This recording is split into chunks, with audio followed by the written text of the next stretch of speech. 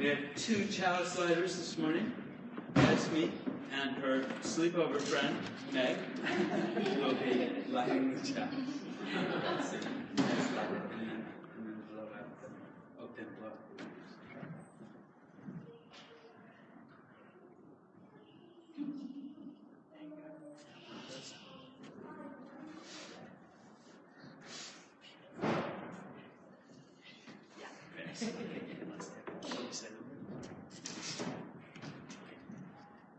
Let there be love. How wonderful it would be if we could ignite love like we kindle a flame. A simple action to make it spring forth from nothing, bright and warm and sustaining. But love is not like that. Love is built and shaped by a myriad of tiny actions. It flourishes through our attention, our sacrifice, and our own internal growth. And then it returns to nourish us all. So let this be a flame of our commitment to create ever more love in this place and in this world. A flame for the love of tomorrow, whose spark we tend today. I'd like to invite you to rise as you're able, and we'll sing together When Our Heart is in Holy Place, number 1008 in your teal book.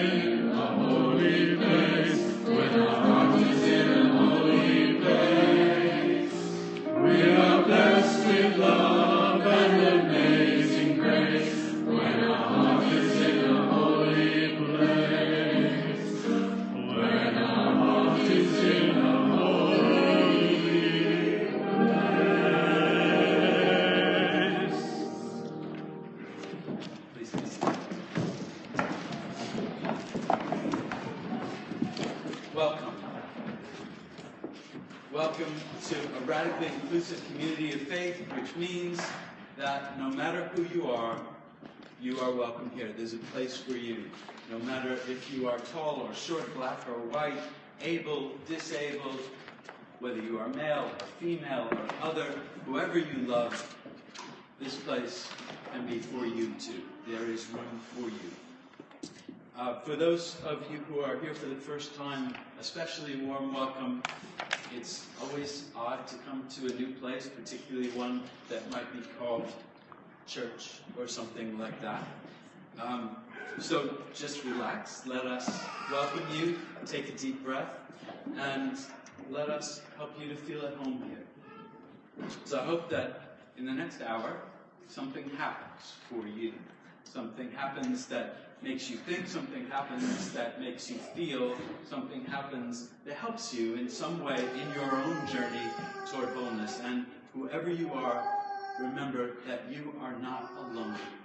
You are welcome here. I'd like to invite the children to come forward now for the time for all ages.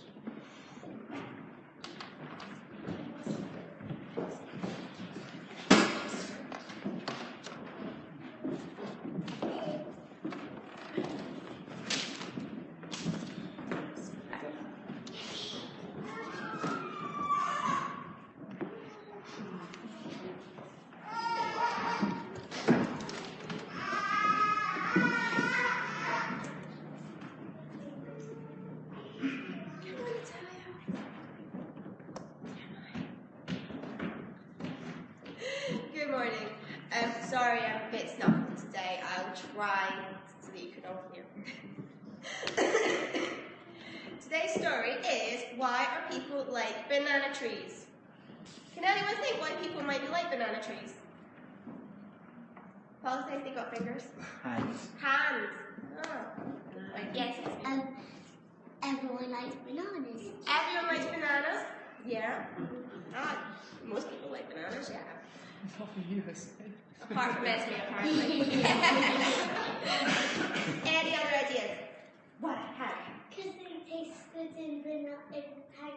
Do people taste good in pancakes? I like to put them in my pancakes sometimes. And I used to put my pancakes this morning. Oh, sounds like someone had a very good breakfast this morning.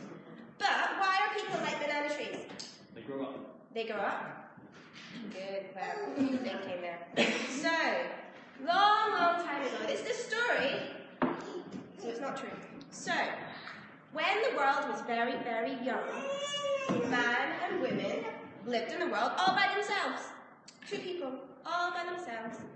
And God spoke to them and said, would you like to live like the moon, or would you like to live like a banana tree? And the people were really quite confused by this. So God explained a bit more. So the moon, every month, gets a bit smaller, but always comes back to life. And it's always the same. Every month it gets smaller and it gets bigger. But you never get any more moons around the world. And you never get any less moons around the world. It's always the same. Banana trees, they start from very, very small and they will grow. And one day they will stop living. But they will have lots and lots and lots of little banana trees. And they'll spread across the world and spread all the joy of bananas to all the animals across the world. So even though one day they won't be here anymore, there'll be lots of smaller banana trees that will keep growing up, and then other ones that keep growing up. So the people thought that they didn't want to give up on the joy of little banana trees and growing and seeing the world change. They thought about being the moon and staying the same and getting bigger and smaller, but then there would just be the 2 of them and they would get lonely. So they decided to be like banana trees and to spread and have lots of little banana trees. And someday they wouldn't be here anymore, but they are small banana trees.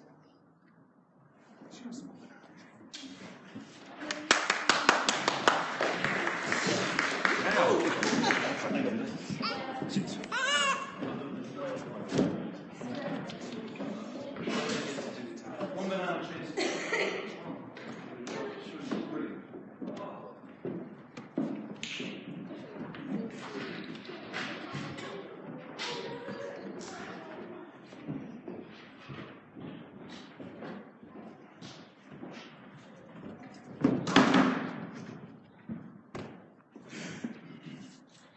The Secret of Perfect Relationships by Guy Finley.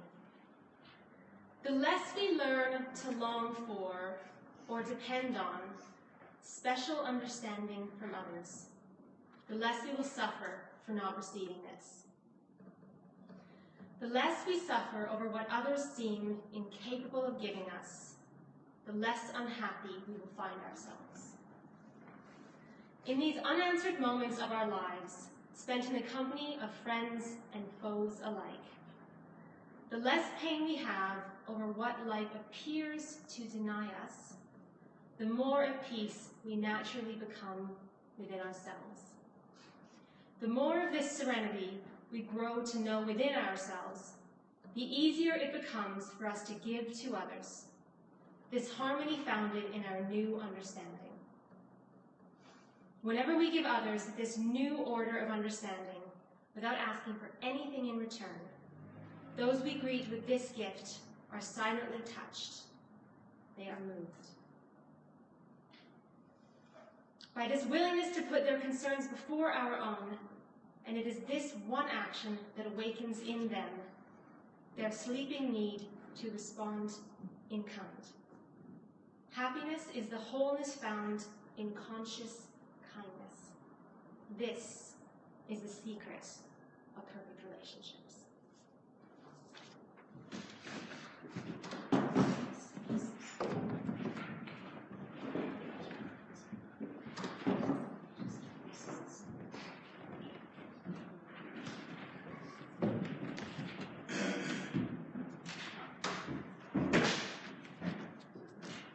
The Secret by Hafiz, translated by Hala Furzal and Roger Montgomery.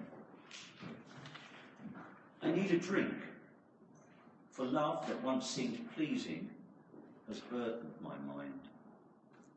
Ah, smell how west wind wafts her musk through the tavern door. Now feel our pumping hearts beat fast, watch our fears unwind. Why do we who visit love think we'd stay forever? We know the yearn to wander will always lovers find. So we ask the elder, what law makes love bring pain? Sobriety, he laughed. You'll feel better when you're wined. Your plight cannot be aided by that dull fear to risk the toss and turn of love's dark storm upon the ocean blind. See clear in all these gathered friends who still hold you dear. Love's secret is that you must love without desires that bind. Affairs, enjoy the one you love, drink deep and embrace. Seek not with her to please your world, just give love and be kind. Thank you, David. Thank you, Sarah. I'd like to invite you again to rise as you're able. We're going to sing another song about love, and I should say all the words to the translation words to the songs that Corolla is singing today are in a separate insert in your service, so you can see what all of those mean. And everything is pretty much about love. So that's the bottom line. So please rise as you're able and sing 1029. Love knocks and waits for us to hear.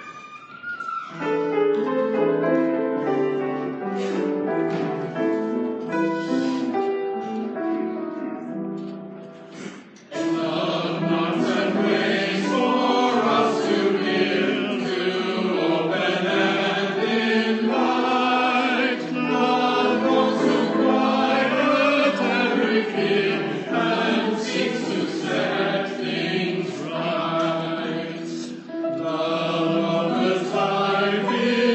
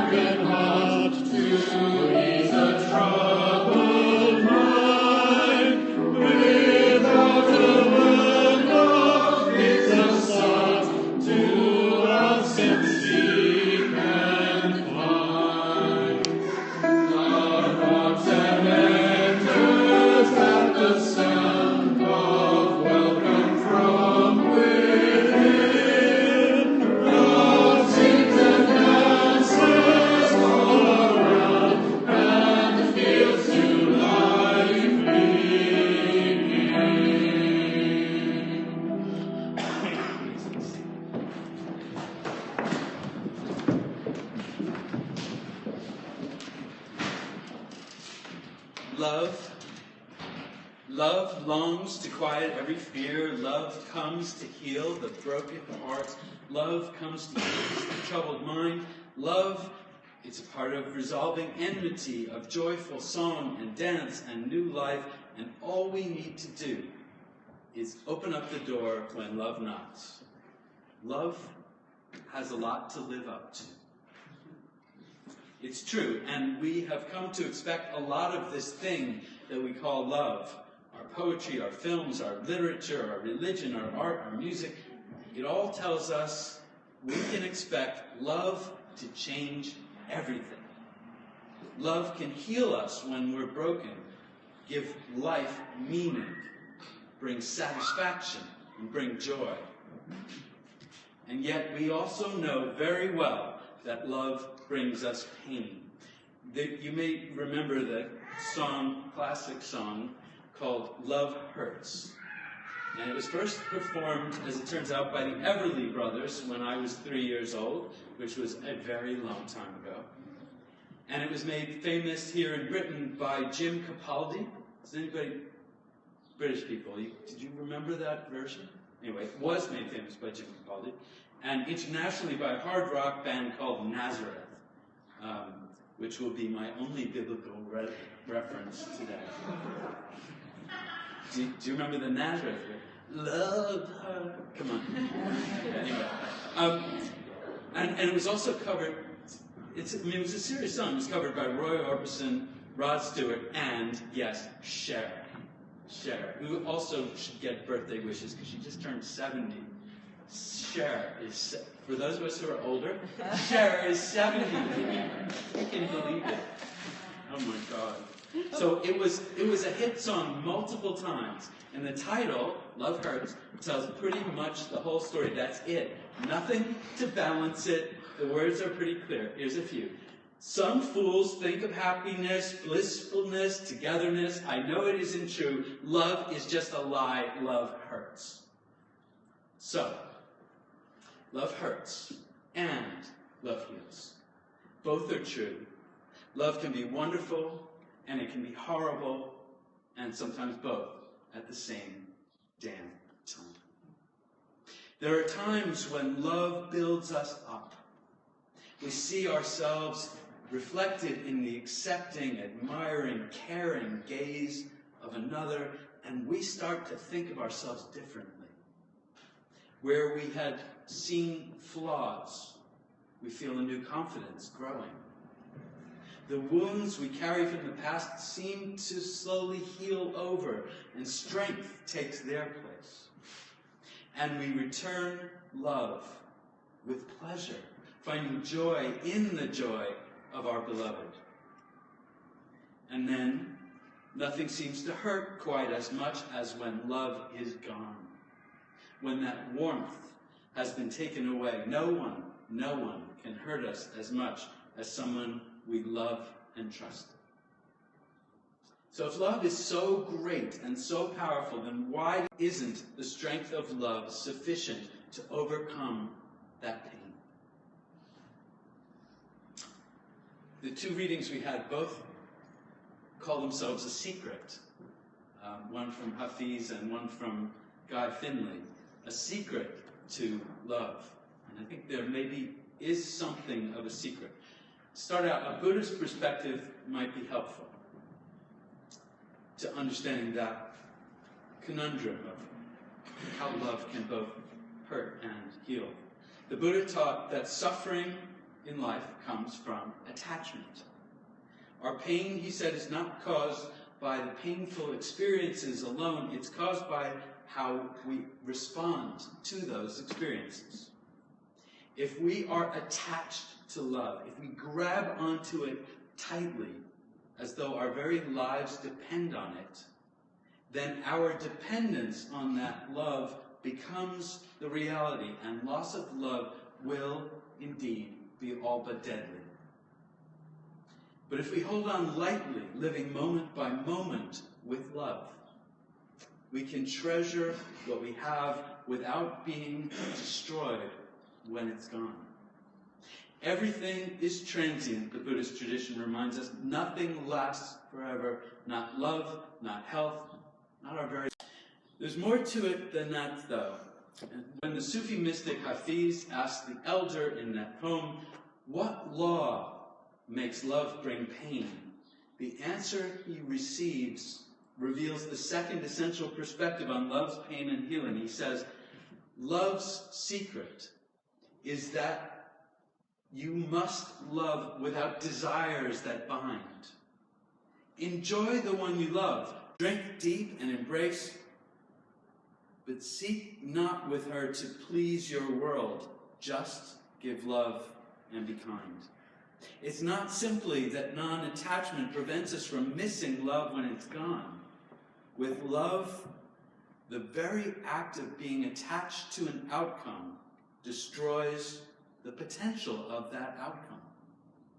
When we love others unreservedly, unselfishly, without thought for ourselves, then, as Guy Finley puts it, this awakens in them their sleeping need to respond in kind. So giving love winds up giving us love too, but there's a big, big caution there. Entering into love with the hope and expectation of this response turns love into commerce, into trade, and its power is disabled. If you care and give because you know you will get the same in return, the magic is broken. Love heals, not because the love we receive repairs what is broken in us. It heals because when we love completely, we are given the opportunity to give unreservedly, without ego or thought for our own need. And this places us in the deeply relational human dance of connection. It makes us a part of what it is that is truly holy and healing. And that is what heals us. Paradoxically, when our own happiness is not the goal of our actions, then true happiness becomes the outcome. Love is wonderful and healing, and love is painful, and loving well is hard. Loving well means loving without expectation of getting anything in return. Like an ideal parent loves their child. And although that selfless love brings us great happiness, it doesn't come easily and it doesn't come naturally. Our culture teaches that we should be looking out for ourselves. Our economic system needs for us to go to great lengths and expense to please ourselves. We hear very few messages in our lives telling us to worry less about our own desires and our own happiness and worry more about others. Even when we're encouraged to get a gift for someone else, there are usually strings attached. We hear very few messages then that encourage us to love fully and deeply, which means selflessly. That means we hear very few messages that encourage us to do what will actually make us happy. In some ways, then, the most selfish thing we can do is to be unselfish. We can heal ourselves by helping others. We can become stronger by strengthening others. We can find love by giving it away. May it be so. I'd like to invite you into a brief time of silence, a few minutes, for reflection, for meditation, for prayer, whatever suits you.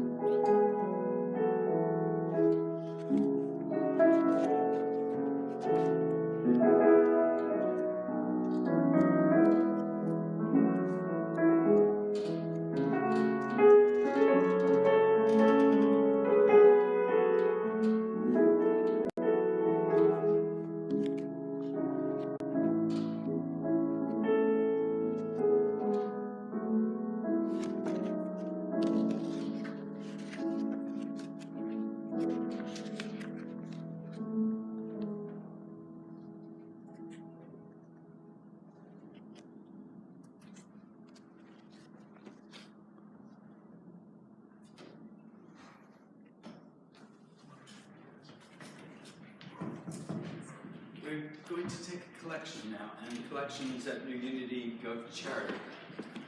This month we are collecting for the Young Women's Trust. Young Women's Trust helps to prevent young women from falling into poverty, having no options, and gives them the chance to do great things with their lives. So please give generously. There'll be 2 clipboards circulating if you'd like to sign up for the email list, and the other is if you want to help out on Sunday morning with coffee, welcoming, or flowers.